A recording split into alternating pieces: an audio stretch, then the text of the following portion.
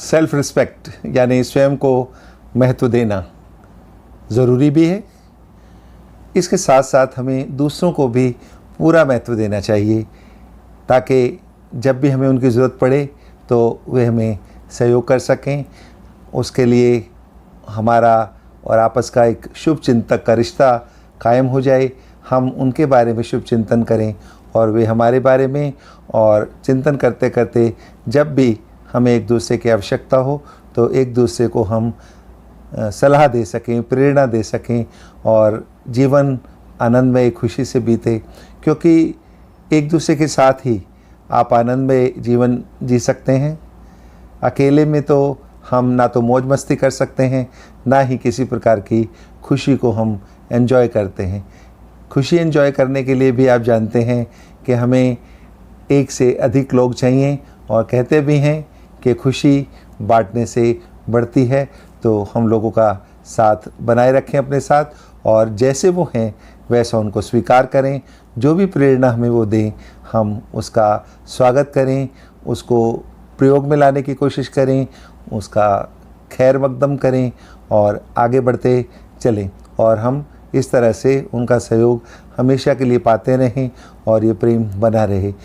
ये कि हम अगर उनकी दी गई प्रेरणाओं को, सुझावों को अगर स्वीकार ना करके बल्कि हर बार उसमें कुछ कमी निकालकर उसको नकार दें, तो धीरे धीरे उनकी तरफ से बहने वाला ये प्रेम का झरना है, जो उनका शुभ चिंतन है, जो हमें प्रेरणाएं देते हैं, वो सुझाव देते हैं, वो बंद कर देंगे।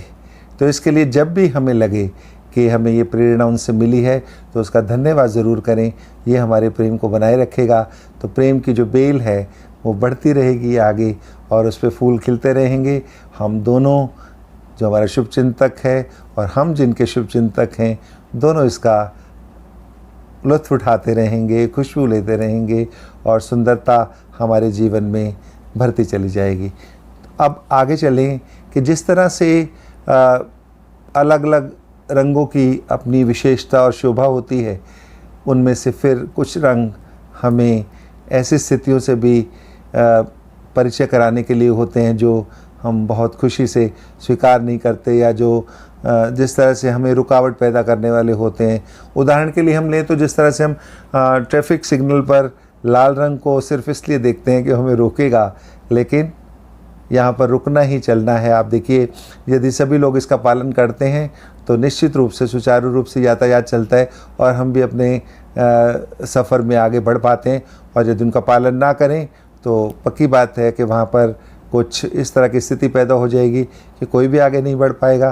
तो हमें स्वयं भी आगे बढ़ना है, दूसरों को भी बढ़ने देना है।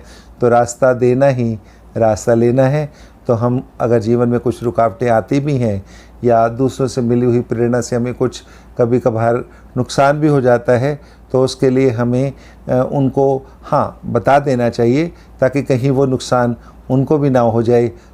इस तरह से बताएं कि हम उनके शुभ चिंतक के रूप में ही बता रहे हैं, ना कि उल्लाहना देने के लिए। तो जिस तरह से हम चाहते हैं कि लोग हमारे से बात करें, उसी तरह से युक्ति युक्त तरीके से हमें उनसे भी बात करके प्रेम को बनाए रखे रहना चाहिए।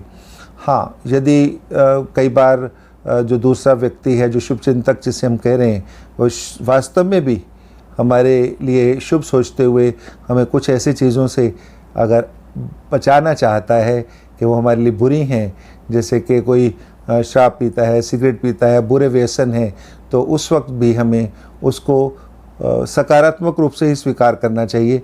लेकिन होता क्या है कि जो व्यक्ति वास्तव में इन बुराइयों को छोड़ना नहीं चाहता, वो कारण गिनाना शुरू कर देता है। जैसे कि यदि मैं सिगरेट शराब नहीं पीऊँगा तो मैं उन लोगों के साथ संबंध कैसे रख पाऊँगा जिनसे कि मैं अपना व्यवसाय चला रहा हूँ, तो मुझे तो नुकसान हो जाएगा, दूसरे लोग इसका फ़ायदा उठा जाएंगे। लेकिन ऐसा नहीं है। आप वास्तव में अगर चाहते हैं कि आपके व्यवसाय इसके बिना चले, तो वो चलेगा। तब आपके संबंध में वैसे लोग आ जाएंगे जो इनसे दूर हैं, और शायद और अधिक चलेगा। लेकिन यहाँ तो यदि आपने शुभ चिंतक की बात नहीं मानी और उस तरफ हो लिए जहाँ पर ये सभी ऐसे व्यसनी आपको मिलेंगे, तो भगवान ही मालिक है उनका भी और आपका भी, वैसे शुभ चिंतक का मालिक भी भगवान ही है। तो लेकिन होगा क्या, शुभ चिंतक आपके रास्ते से हट जाएगा और आप रह जाएंगे दूसरे लोगों के साथ, जिनके साथ जो व्यसनों में लिप्त हैं। तो चलो छोड़िए, इस बात को हम छोड़ते हैं। यदि मानना होता तो छोटी छोटी बात से भी जो व्यक्ति है समझ जाता है, बदल जाता है।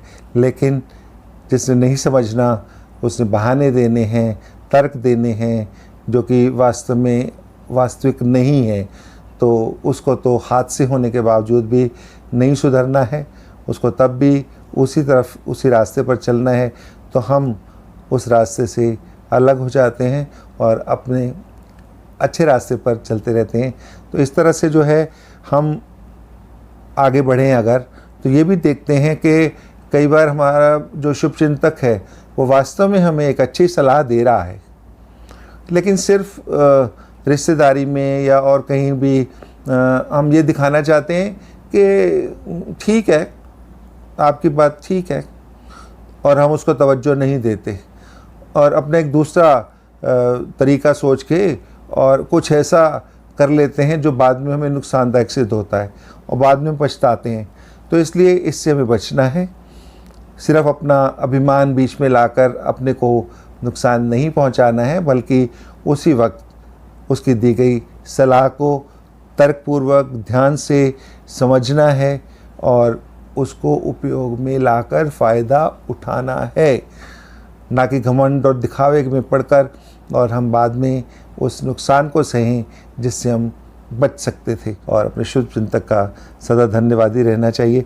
इससे हमारे संबंध भी सुधरेंगे, बने रहेंगे और खुशहाल जीवन हम अपने सभी लोगों के साथ जी सकेंगे। तो लोग हमारे शुभ चिंतक और हम दूसरों के शुभ चिंतक बने रहें। धन्यवाद। सब्सक्राइब कीजिए चैनल दिल से सुने जा को और बेल भी प्रेस कर दीजिए।